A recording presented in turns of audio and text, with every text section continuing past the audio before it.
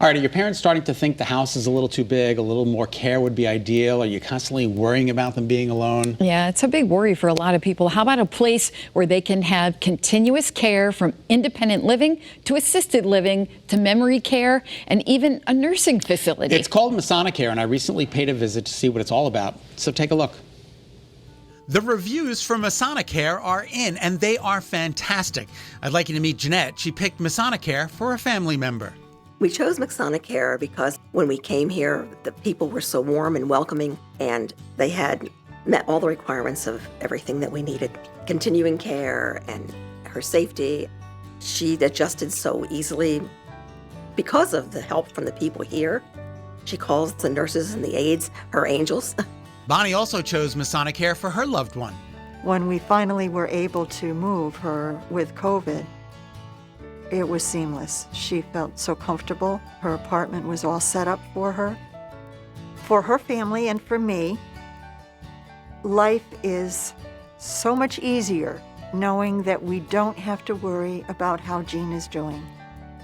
Who's taking care of her? Is she being taken care of? Are her needs being met?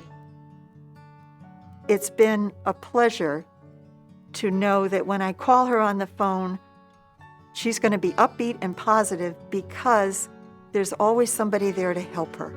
Masonicare's mission? To enhance the quality of life of seniors through exceptional care. Jacqueline Myers is the program manager for Masonicare and absolutely loves what she does. The most rewarding part of my job is any opportunity that I have to help somebody. People can move in as early, I think, as 55.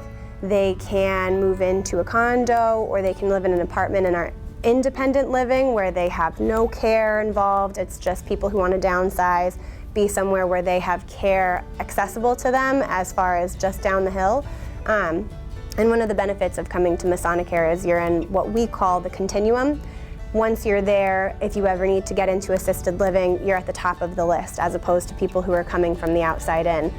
From the moment I walked through the door, the staff were super friendly, and the folks living here were engaged and smiling. This is their home, first and foremost, and we're all truly guests in their home. So all of the staff try to keep that in mind. You know, these aren't hospital rooms that we just walk into. These are their apartments. So we knock, we make sure that we have approval to enter their room before we go in. Of course, relationships are important here, made not only among residents, but with the staff as well. People absolutely form relationships, and I think it goes in all directions. You know, the staff lean on each other as a family, the staff lean on the residents, and vice versa.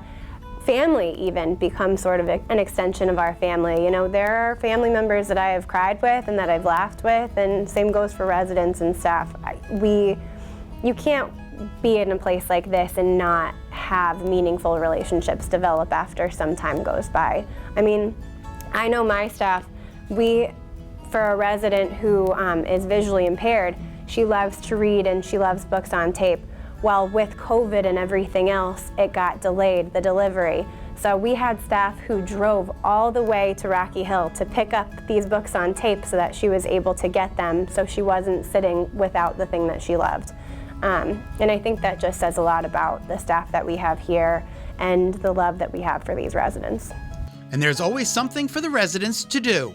We want to make sure that we have activities that meet all the needs of the residents who live here. So we have 6 kind of main focuses of activities that we try to hit at least every week, if not every single day.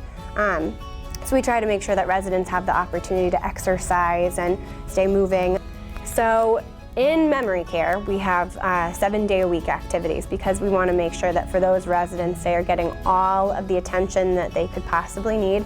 And it's really important. I mean, we see how a routine can be crucial, especially for their cognitive abilities and physical capabilities. Just the simple act of getting up out of bed and walking to the dining room can be so huge in prolonging their abilities to, again, their physical capabilities, their cognitive capabilities. Having that every day is crucial. And again, we have the same routine. We start with exercise right at 10 o'clock. We go into a intellectual activity, so it could be something like a trivia or a word game or something with music. And then in the afternoon, that's when it gets to be a little bit of a mixed bag. We'll have like a bowling, or we'll have bingo, a lot of the usual stuff. And then again, some of the things that are personal for the residents. There's some reading clubs, things like that. In the assisted living portion of Masonicare? On this side, we have Monday through Friday activities because we find so many of the family visits happen on the weekends, and that's a lot of times when residents who do still have cars and go out will.